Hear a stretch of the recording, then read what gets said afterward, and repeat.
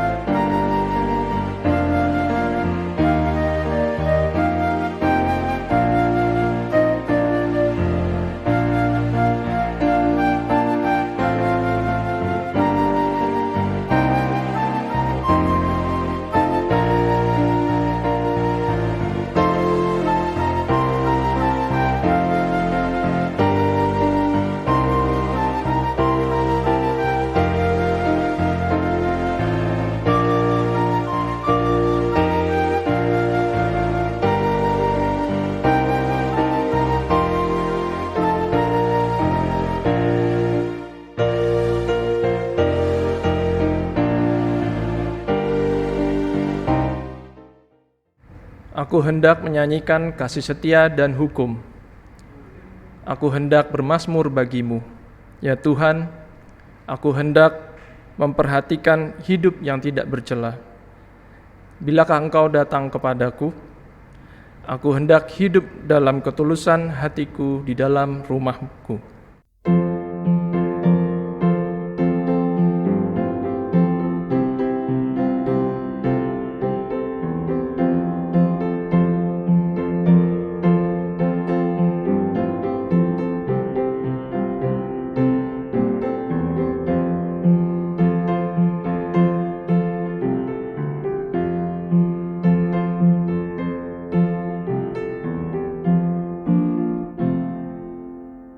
Bapak Ibu Saudara-saudara yang terkasih, mari kita tabiskan ibadah kita pada pagi hari ini dengan sebuah pengakuan bahwa pertolongan kita di dalam nama Tuhan yang menciptakan langit dan bumi, yang kasih setianya kekal untuk selama-lamanya. Amin.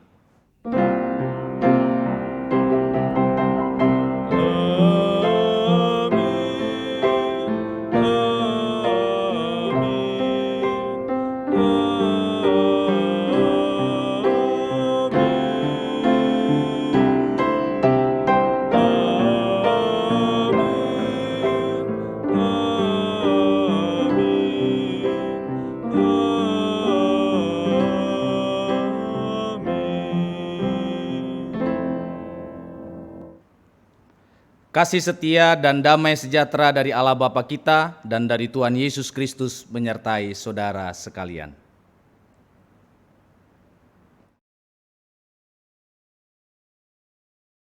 Allah menciptakan setiap kita sebagai manusia yang membutuhkan kasih yang tulus.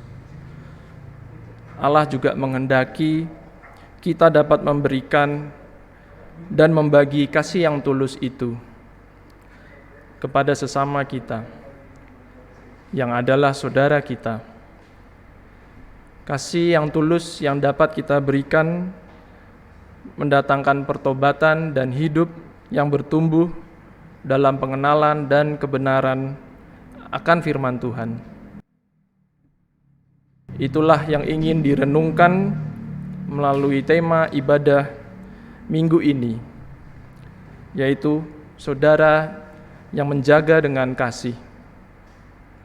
Firman Tuhan dalam Roma 13 ayat 10 dituliskan, kasih tidak berbuat jahat terhadap sesama manusia. Karena itu, kasih adalah kegenapan hukum Taurat.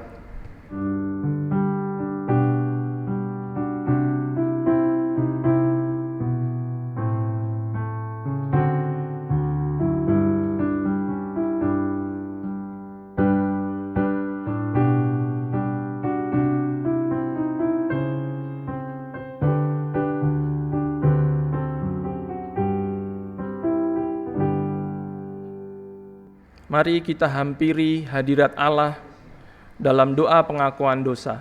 Kita berdoa. Allah yang Maha Kasih, dengan kesungguhan dan kerendahan hati, kami mengakui dosa dan kesalahan kami. Kami acap kali enggan dan tidak bergerak untuk membagi kasih Allah kepada sesama kami. Kami lebih sering memikirkan diri kami sendiri dan mengabaikan sesama saudara kami yang tengah membutuhkan perhatian dan kasih tulus kami. Kasih-Mu hanya kami habiskan untuk diri kami sendiri. Demi Allah, Sang Sumber Kasih, ampunilah kami. Amin. Dengarlah berita anugerah pengampunan dosa dari Allah yang diambil dari Yeremia 33 ayat 8. Yang berbunyi, Aku akan mentahirkan mereka dari segala kesalahan yang mereka lakukan dengan berdosa terhadap Aku. Dan Aku akan mengampuni segala kesalahan yang mereka lakukan dengan berdosa dan dengan memberontak terhadap Aku. Demikianlah berita anugerah dari Tuhan. Damai Kristus bagimu.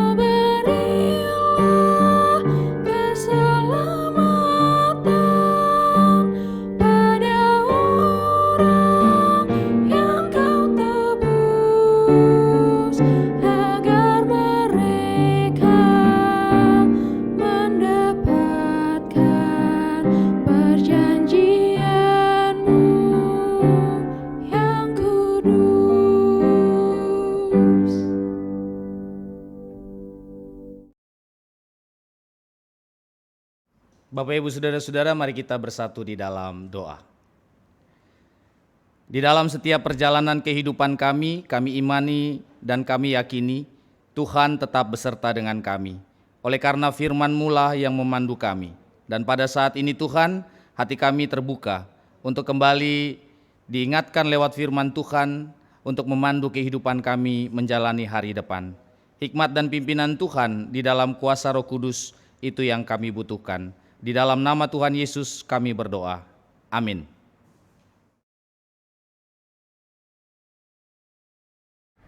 Bacaan pertama menurut Yeskiel 33 ayat 7 sampai 11.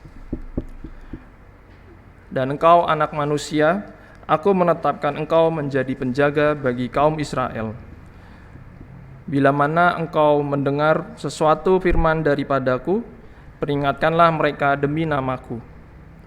Kalau aku berfirman kepada orang jahat, hai orang jahat, engkau pasti mati. Dan engkau tidak berkata apa-apa untuk memperingatkan orang jahat itu, supaya bertobat dari hidupnya, orang jahat itu akan mati dalam kesalahannya. Tetapi aku akan menuntut pertanggungjawab atas nyawanya daripadamu.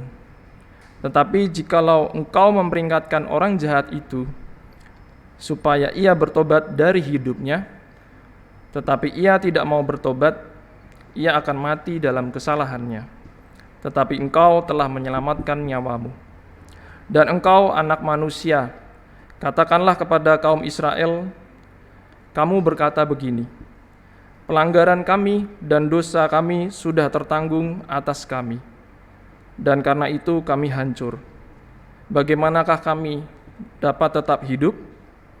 Katakanlah kepada mereka, demi aku yang hidup, demikianlah firman Tuhan Allah, aku tidak berkenan kepada kematian orang fasik, melainkan aku berkenan kepada pertobatan orang fasik itu dari kelakuannya supaya ia hidup.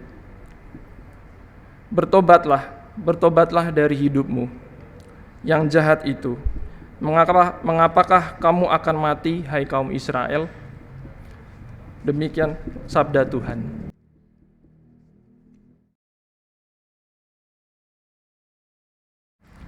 Antar bacaan Mazmur 119 ayat 33 sampai 40.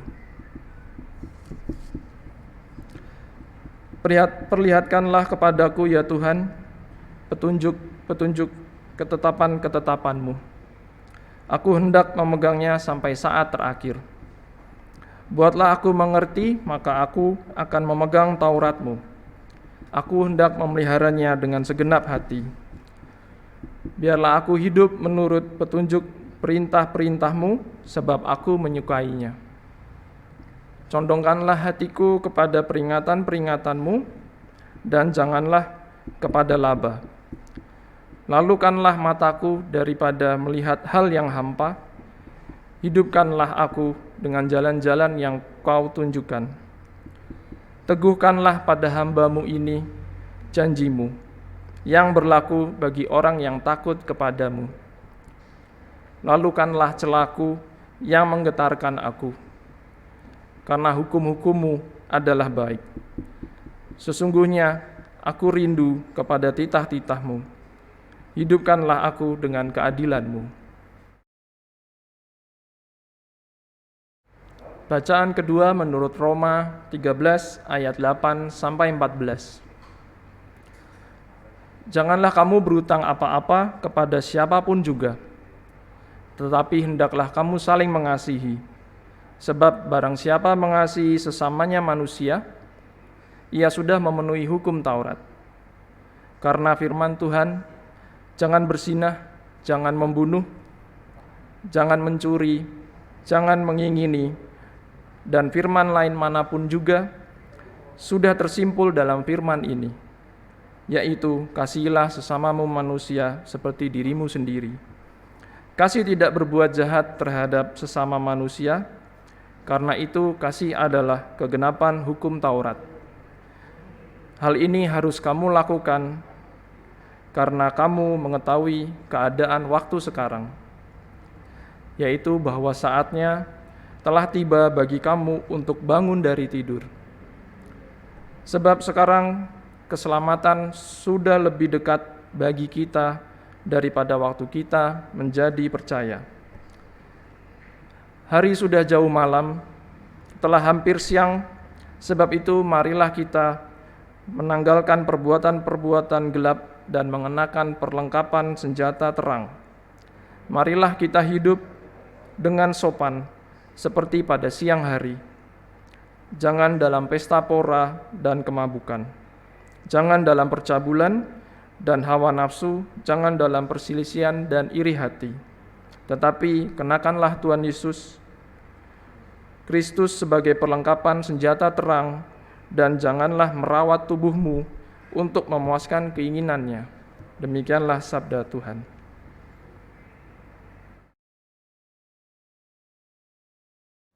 Bacaan Injil terambil dari Injil Tuhan kita Yesus Kristus menurut Matius pasal 18 ayat 15 sampai dengan 20. Matius 18 ayat 15 sampai dengan 20. Apabila saudaramu berbuat dosa, tegurlah dia di bawah 4 mata. Jika ia mendengarkan nasihatmu, engkau telah mendapatnya kembali.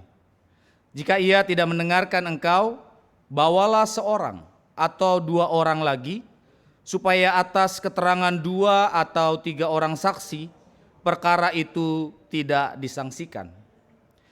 Jika ia tidak mau mendengarkan mereka, sampaikanlah soalnya kepada jemaat. Dan jika ia tidak mau juga mendengarkan jemaat, pandanglah dia sebagai seorang yang tidak mengenal Allah atau seorang pemungut cukai. Aku berkata kepadamu, sesungguhnya apa yang kamu ikat di dunia ini akan terikat di sorga, dan apa yang kamu lepaskan di dunia ini akan terlepas di sorga.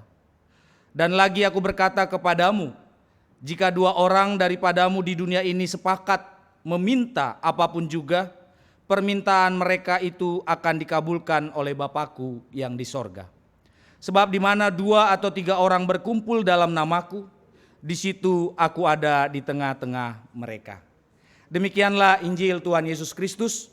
Berbahagialah mereka yang mendengarkan firman Allah dan yang memeliharanya. Haleluya.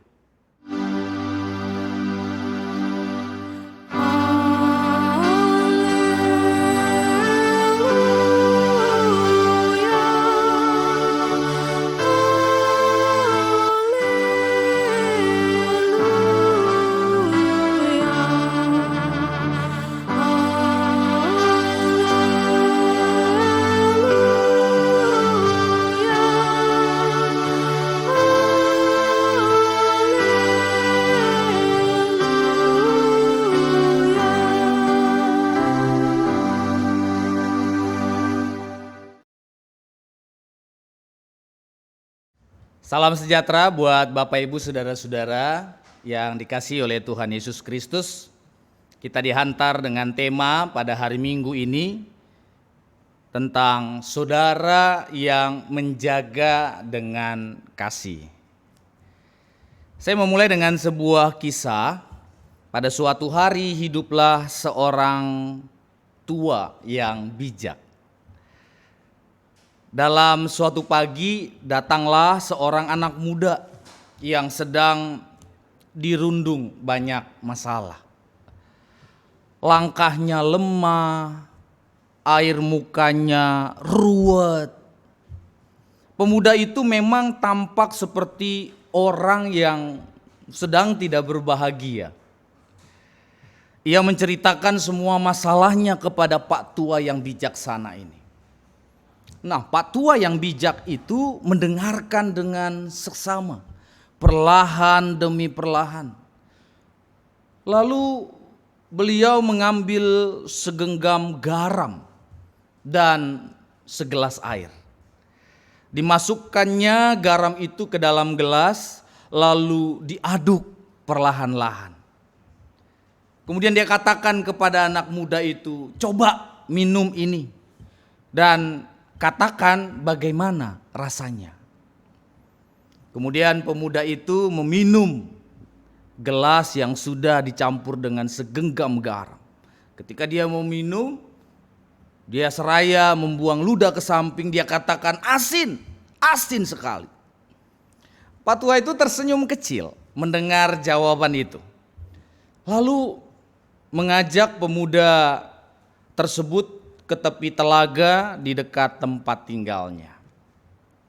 Setiba di tepi telaga, Pak Tua menaburkan segenggam garam yang pasti besarannya sama dengan segenggam garam yang tadi ke dalam gelas. Dan dia menaburkan segenggam garam itu ke dalam telaga itu. Dengan sepotong kayu diaduknya air telaga itu. Kemudian coba ambil air dari telaga ini dan minumlah, dia katakan kepada pemuda itu. Saat pemuda itu selesai mereguk air itu, beliau bertanya, bagaimana rasanya? Pemuda itu menyaut dengan muka yang gembira, dia katakan, segar. Apakah kamu merasakan garam dalam air telaga itu? Pemuda itu menjawab, tidak. Dengan lembut patua itu menepuk punggungnya, dia katakan, hai anak muda, dengarlah.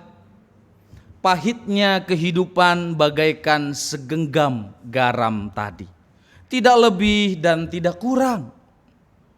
Jumlah garam yang kutaburkan sama, tetapi air yang kau rasakan berbeda. Kepahitan akan kegagalan yang kita rasakan dalam hidup ini juga akan sangat bergantung pada wadah yang kita miliki. Bapak Ibu, saudara-saudaraku yang terkasih di dalam Tuhan, bukankah kehidupan ini juga dipenuhi dengan banyak orang yang memiliki permasalahan setiap hari? Anak-anak yang harus berusaha memberikan hasil belajar kepada orang tua. Anak remaja yang sedang kebingungan dengan tujuan hidup dan jati diri mereka. Anak pemuda yang harus berusaha lebih ekstra dalam persaingan kerja. Orang tua yang harus bekerja untuk menghidupi keluarganya. Dan golongan yang lanjut usia yang juga merasakan kehilangan perhatian dari anak-anak mereka dan sebagainya dan sebagainya. Tanpa sadar, permasalahan sering menimbulkan permasalahan lagi ketika seseorang tidak dapat mengendalikan dirinya. Bahkan kelakuan atau perilaku yang muncul seringkali membahayakan dirinya sendiri dan juga orang lain. Kita juga sering bertemu dengan saudara, dengan teman, dengan rekan di dalam keseharian kita, entah itu di keluarga, di tempat kerja, di gereja, yang sering kita saksikan memiliki perilaku yang menjadi batu sandungan buat sekitarnya. Namun menyikapi hal seperti ini kita akan mengingatkan mereka, menegur mereka. Namun yang terjadi bahwa perubahan tidak terlihat di dalam dirinya. Berkali-kali mungkin kita sudah ingatkan. Dan apakah kita akhirnya bersikap cuek, apatis, bersikap bodoh amat, atau tetap mengasihi orang seperti itu?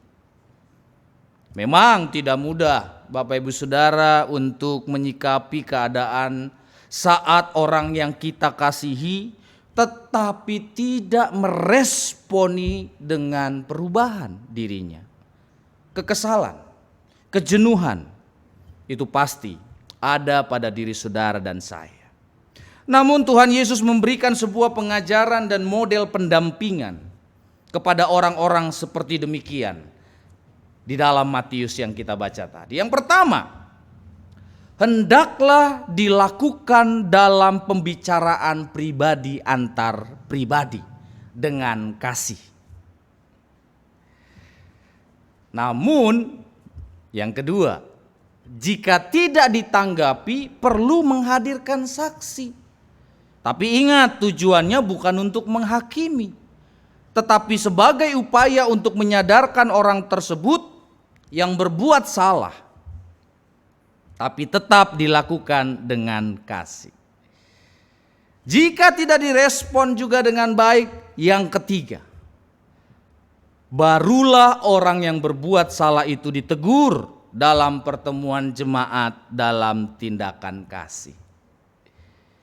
Dan yang keempat, jika juga tidak diresponi dengan baik, tidak ditanggapi, maka jemaat harus memandang dia sebagai seseorang yang tidak mengenal Tuhan.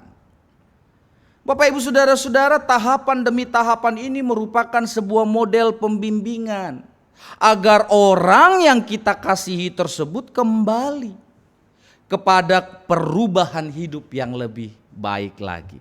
Dan yang terutama, penyadaran itu harus didasari takut akan Tuhan. Tuhan berkarya melalui sesama kita, melalui keluarga kita, melalui rekan sepelayanan kita, orang-orang yang ada di sekitar kita. Namun kembali kepada orang tersebut. Apakah ia bisa memahami itu sebagai cara Tuhan untuk mengasihinya? Atau dia hanya terus kepada pembenaran diri saja? Nah, saudara-saudara yang terkasih, begitu juga yang dilakukan oleh Yehezkiel ketika ia disebut sebagai penjaga Israel. Ia harus menyampaikan firman Allah walaupun mungkin firman Allah itu berupa penghukuman karena dosa-dosa Israel. Namun di balik penghukuman itu ada keselamatan yang Allah berikan. Asalkan pertobatan itu terjadi pada diri mereka. Apabila tidak ada pertobatan, maka kebinasaan akan menimpa mereka. Itulah juga yang terjadi, yang kita ingatkan kepada saudara-saudara kita yang pernah berbuat salah. Mereka tidak dihakimi, tapi mereka dikasihi dengan cara persaudaraan, menjadi sahabat bagi mereka. Inilah tanggung jawab kita, seperti Yehezkiel menjadi penjaga Israel. Ini juga yang menjadi panggilan kita, bahwa kita pun dipanggil, ditugaskan oleh Tuhan sebagai penjaga. Penjaga diri sendiri, penjaga keluarga, penjaga jemaat, dan penjaga sesama kita. Agar kehidupan ini kembali kepada maunya Tuhan, bukan maunya manusia.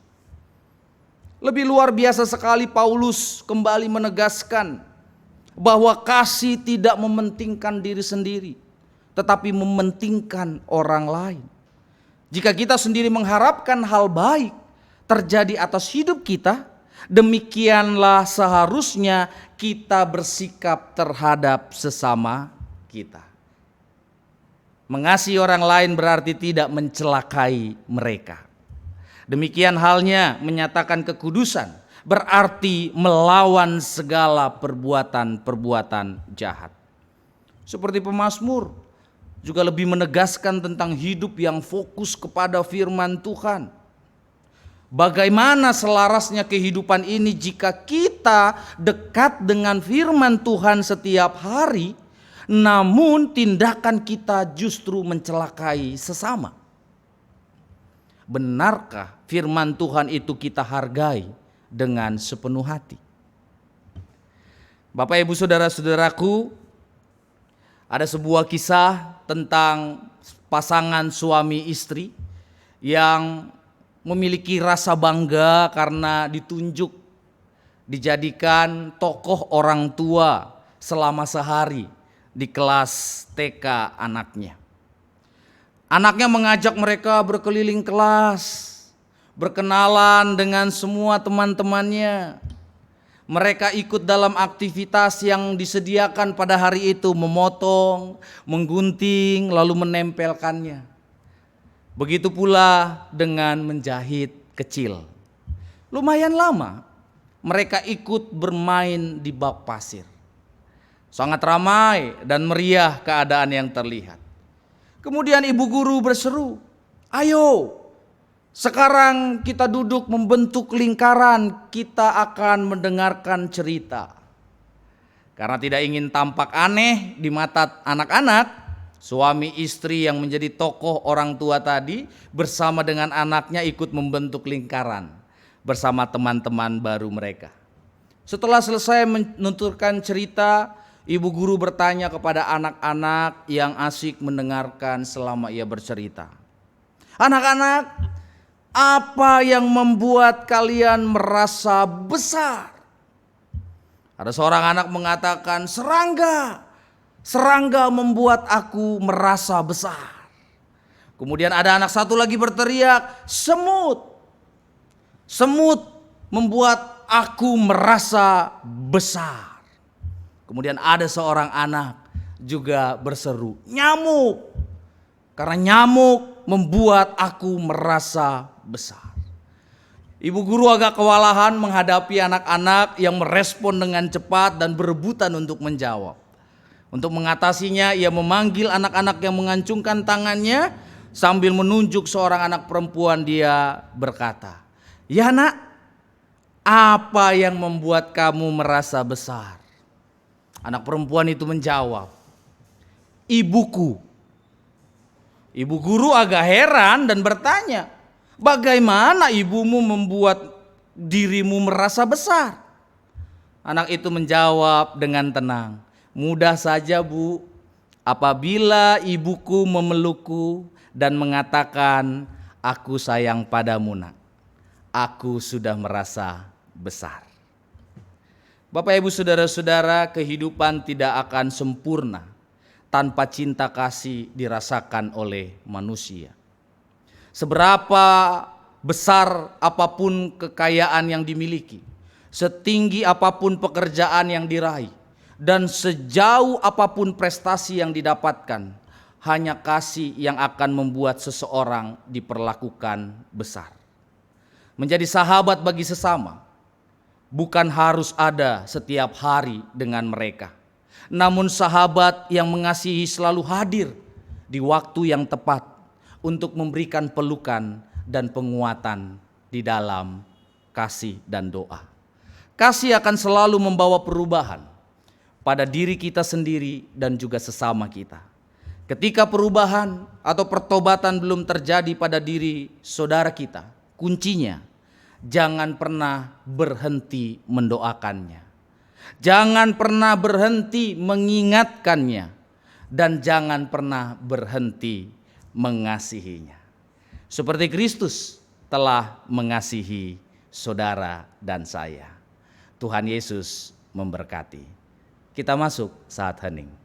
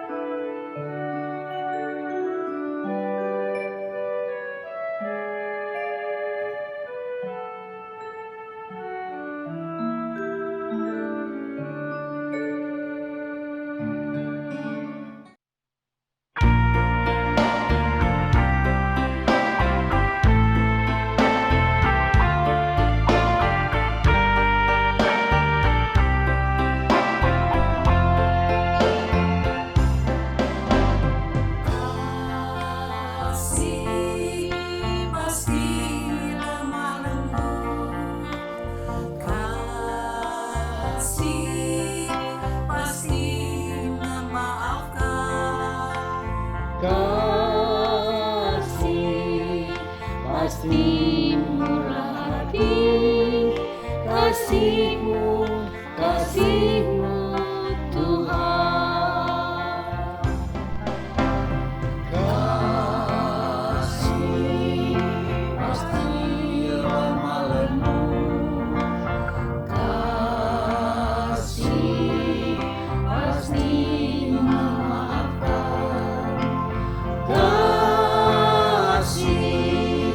pasti murah hati, kasih-Mu, kasih-Mu Tuhan. Ajarilah kami ini saling mengasihi, ajarilah kami ini saling mengampuni, ajarilah kami ini kasih-Mu ya Tuhan, kasih-Mu kudus tiada batasnya. Ajarilah kami ini saling mengasihi, ajarilah kami ini saling mengampuni, ajarilah kami ini kasih-Mu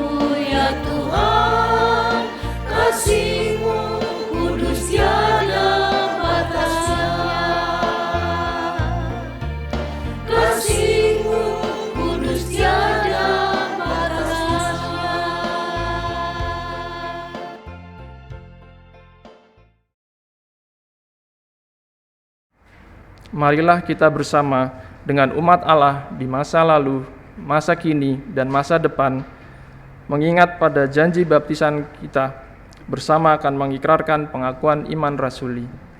Aku percaya kepada Allah, Bapa yang Maha Kuasa, Khalik langit dan bumi, dan kepada Yesus Kristus, anaknya yang tunggal Tuhan kita, yang dikandung daripada Roh Kudus, lahir dari anak darah Maria, yang menderita sengsara di bawah pemerintahan Pontius Pilatus, disalibkan, mati dan dikuburkan, turun dalam kerajaan maut, dan pada hari yang ketiga, bangkit pula dari antara orang mati, naik ke surga, duduk di sebelah kanan Allah, Bapa yang Maha Kuasa. Dan dari sana ia akan datang untuk menghakimi orang yang hidup dan yang mati. Aku percaya kepada Roh Kudus, gereja yang kudus dan am, persekutuan orang kudus, pengampunan dosa, kebangkitan orang mati, dan hidup yang kekal. Amin. Bapak, Ibu, Saudara-saudara, mari kita bersatu di dalam syafaat kita. Kita berdoa. Bapa di dalam sorga, kami sungguh ingin menjadi sahabat bagi sesama kami di dalam cinta kasih yang Tuhan Yesus ajarkan. Supaya setiap kami sungguh-sungguh menjaga sesama, saudara kami, rekan kami, supaya kami bersama-sama turut di dalam kehendak Allah dan di dalam jalan Tuhan. Kami berdoa pada saat ini Tuhan di dalam kesehatian kami, untuk saudara-saudara kekasih kami yang terus berjuang di dalam pemulihan kesehatan, untuk Ibu Anastasia Nurwati, Bapak Hendra Hidayat, Bapak Arnold Manu, Bapak Eko Cahyo Budi, ataupun saudara-saudara kami yang juga tetap berada di dalam pemulihan dimanapun mereka berada.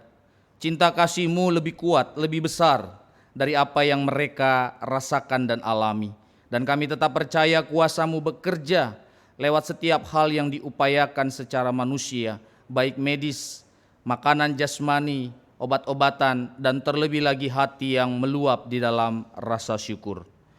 Di tengah-tengah kehidupan sebagai persekutuan, kami juga mengingat saudara-saudara kekasih kami yang kembali memaknai pertambahan usia mereka.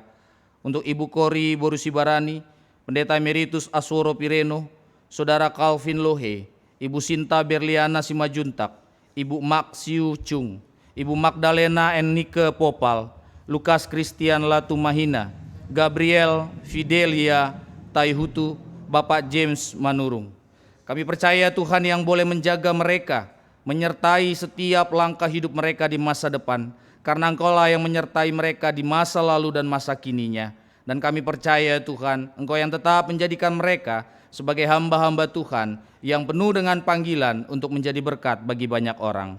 Kami berdoa untuk pelayanan GKI Camar secara menyeluruh dalam pelayanan bersama sebagai penatua, sebagai pengurus badan pelayanan, sebagai anggota jemaat dan simpatisan. Beri kami kemampuan untuk dapat terus memiliki kerinduan, terutama di dalam kondisi pandemi pada saat ini, supaya pelayanan demi pelayanan yang kami kerjakan semuanya adalah untuk kemuliaan Tuhan dan juga untuk pertumbuhan iman percaya kami. Kami juga berdoa di dalam pendampingan GKI Camar terhadap pos GKI Citra Indah City.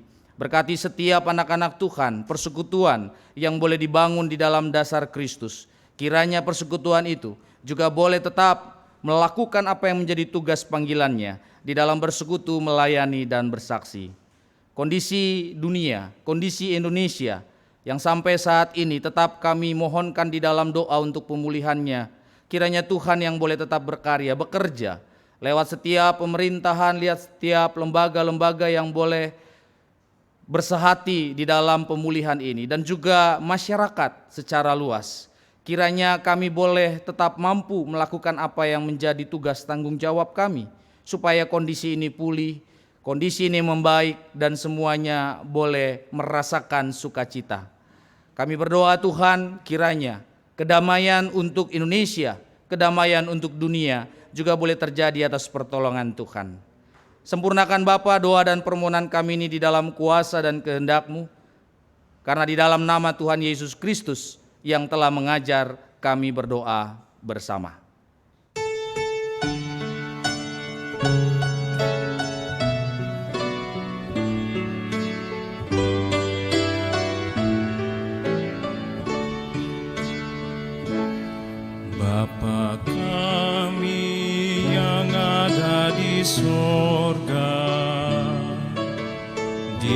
kuduskanlah namamu, datanglah kerajaanmu, jadilah kehendakmu di bumi seperti di sorga.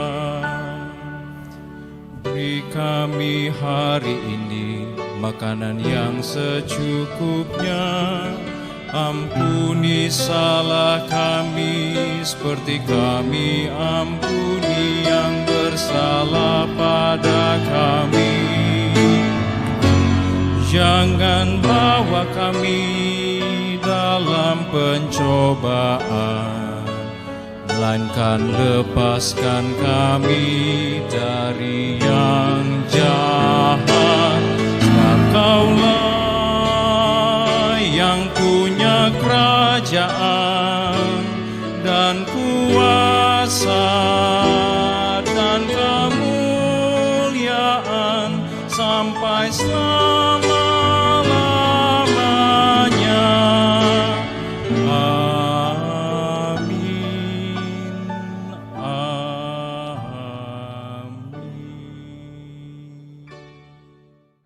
Kini kita akan memberikan persembahan sebagai ungkapan syukur atas kasih dan pemeliharaan Allah dalam hidup kita. Dengarlah firman dalam 1 Tesalonika 5 ayat 18 yang berbunyi, mengucap syukurlah dalam segala hal, sebab itulah yang dikehendaki Allah di dalam Kristus Yesus bagi kamu.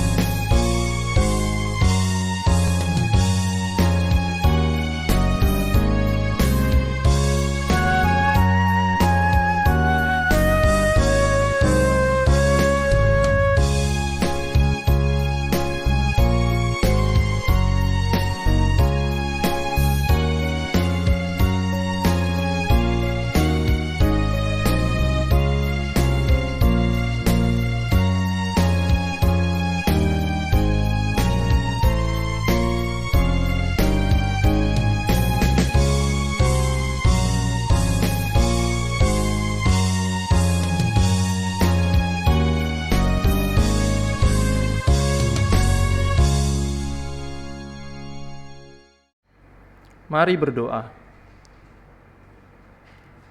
Ya Allah Bapa, yang kami sembah di dalam nama Tuhan Yesus Kristus, kami hendak bersyukur Tuhan atas kasih anugerah-Mu dalam kehidupan kami ya Tuhan.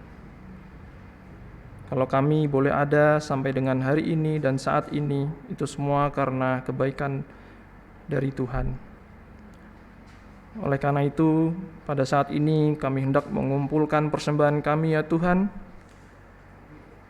sehingga boleh digunakan untuk memperluas pekerjaan-Mu di dunia ini ya Tuhan. Berkatilah tangan-tangan yang sudah memberi, dan juga berikan hikmat marifat-Mu kepada tangan-tangan yang akan mengelola ya Tuhan. Terima kasih ya Tuhan Yesus. Kami sudah berdoa dan mengucap syukur. Amin.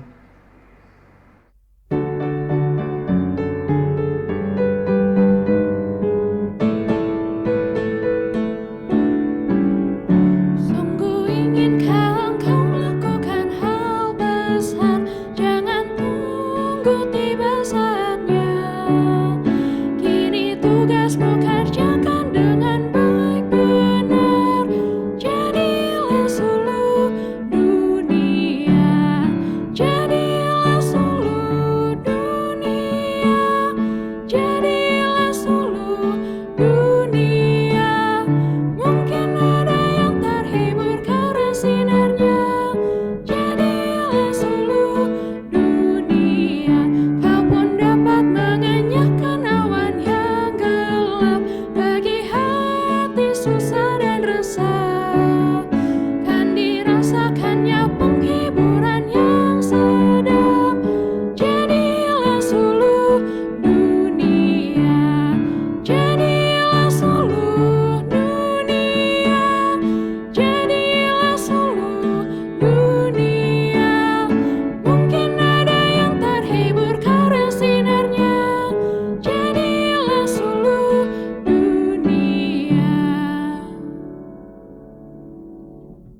Saudara-saudara, arahkanlah hatimu kepada Tuhan.